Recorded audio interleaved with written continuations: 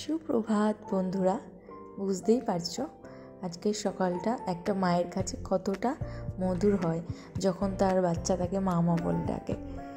খুবই এই ছোট ছোট বিষয়গুলো আমি আমার ব্লগে রাখার চেষ্টা করছি।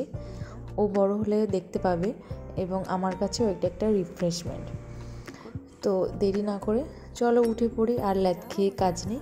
এবার ঢুকবো রান্নাঘরে, রান্নাবান্না সেরে বিকেলে একটা জায়গায় বেড়াতে যাব, সেটাই তোমাদের সঙ্গে শেয়ার করব। আর আজকে সেখানে আর কি পুজো আছে, কি পুজো হচ্ছে সবটাই আমার ব্লগে তোমরা পেয়ে যাবে। তো এই যে পুরো রান্নাটা তোমাদের সঙ্গে শেয়ার করতে পারিনি। আর এটা হচ্ছে সর্ষে ফুল বাটা, আর এখানে ধনেপাতার বড়া হয়েছে, আর এই যেটা হচ্ছে বেতো শাক, আর ভাত তো তার সঙ্গে লাগবেই বাঙালির। আর এটা হচ্ছে পাতলা করে ইলিশ মাছের ঝোল। তো দেখো ইলিশ মাছটা খেতে কিন্তু ভীষণই ভালো ছিল, বেশ টেস্টি। আর এটা ঝোলটা একদমই পাতলা, আমাদের বাড়িতে যেমন হয় ঠিক তেমনভাবেই করা হয়েছে। অল্প স্বল্প ডিম আছে, খেতে মাছটা অসাধারণ ছিল।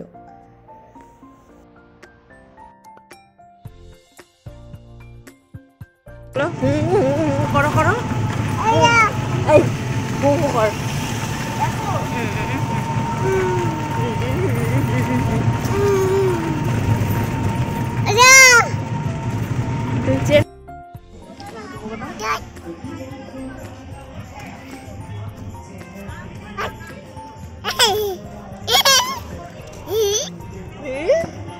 হাসছে।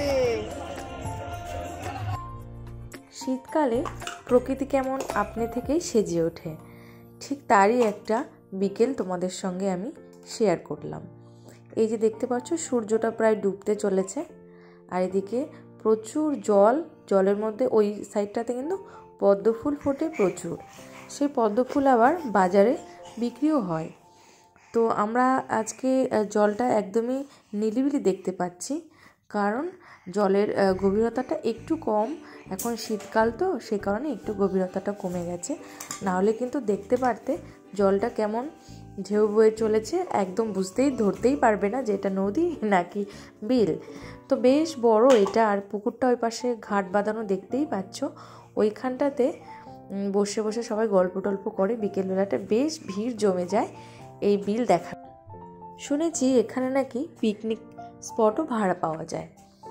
তো এইভাবে সন্ধেটা প্রায় গড়িয়ে আসতে চলেছে, আর আমার ছেলে একটি কাণ্ড ঘটিয়েছে। তাকে নিয়ে যাওয়ার সঙ্গে সঙ্গেই সে জুতো ফেলে দিয়েছে বিলের জলে ছুঁড়ে। সে জুতো এখন কি করে তুলবো? তো কাকিমা অনেক কষ্ট করে তুলেছে জুতোটা, ওই যে জুতোটা তোলারই চেষ্টা চলছে।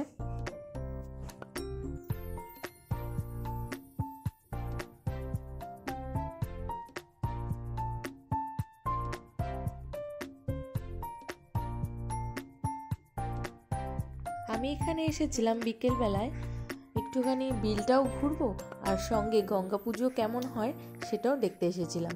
কিন্তু এসে দেখি পুজোটা তো হয়ে গেছে, কিন্তু এখানে খিচুড়ি বিতরণ হচ্ছিল। প্রচুর দূর দূর থেকে লোক আসে খিচুড়ি প্রসাদ খাওয়ার জন্য। তো এই যে বিলটা তোমাদেরকে শেয়ার করলাম, তোমরাও পারলে এসে ঘুরে যেও, বেশ ভালো লাগবে। ওই সাইডটাতে কিন্তু আবার বেশ নারকেল গাছ আর অনেক রকমের গাছ ছিল, তবে বেশিরভাগটাই কেটে ফেলেছে, নারকেল গাছগুলোই আছে। তো সেটা আমি দেখাবো। বাচ্চাদেরকে বিকেলবেলা একটু প্রকৃতির সঙ্গে রাখলে ওদেরও মনটা ভালো থাকে, আর বাচ্চার মায়ের তো অবশ্যই মনটা ভালো থাকবে। বাচ্চার মা যদি ভালো থাকে তবেই তো বাচ্চাকে ভালো রাখতে পারবে। তো সেই কারণেই আমি বেরিয়ে পড়েছিলাম ওই দিনটাতে, এবং আমি প্রায় এখন চেষ্টা করি ওকে একটু ছাদে খেলতে বা একটু মানে ঘরের মধ্যে আটকে বাইরে বের করতে বিকেলবেলাটা, তাতেও বেশ খুশি হয় এবং পরে ঘরে বিরক্ত করে না, না হলে সারাটা রাত এবং সন্ধ্যে থেকে বিরক্ত করতে থাকে। তো ওই যে ওইখানে বাচ্চা মেয়েটি পায়ে জল দিচ্ছিল, জল দেখলেই তো একটুখানি পায়ে জল দিতেই হবে, এটা আমাদেরও ছোটোবেলার অভ্যাস ছিল। এখন বড় হয়েছি আর প্রচণ্ড শীত ছিল সেই দিনটা। তো আমি এখন যাচ্ছি, এই যে শীতলা পুজো একটা সাইডে আর একটা সাইডে গঙ্গা পুজো হয়েছে।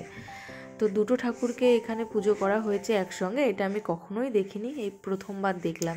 এখানে খিচুড়ি প্রসাদ দিয়েছিল, আমি খেয়ে দিয়ে বাড়ি চলে এসেছি। আর রিশু এখানে এসে খেলাতে ব্যস্ত, এইসব নানান রকম কাজ বাজ সে রাত্রিবেলাতে, তাই না বাবাই? এইবার ও ঝাঁটা নিয়ে সারা বাড়ি ঝাড় দিতে থাকবে, আর আমি ওর পেছন পেছন ছুটতেই থাকবো। আর তারপর রাতের খাবার খাইয়ে আমরা শুয়ে পড়বো, এটাই আমাদের প্রতিদিনের রুটিন। তো আমি আজকে ভিডিওটা আর কন্টিনিউ করছি না, দেখা হচ্ছে নেক্সট কোনো অন্য ভিডিওতে। ততক্ষণ অবধি ভালো থেকো, সুস্থ থেকো। আর আমার ভিডিওটা যদি ভালো লেগে থাকে তাহলে ছোট্ট করে একটি লাইক এবং সাবস্ক্রাইব করে দিও আমার চ্যানেলটি। টাটা।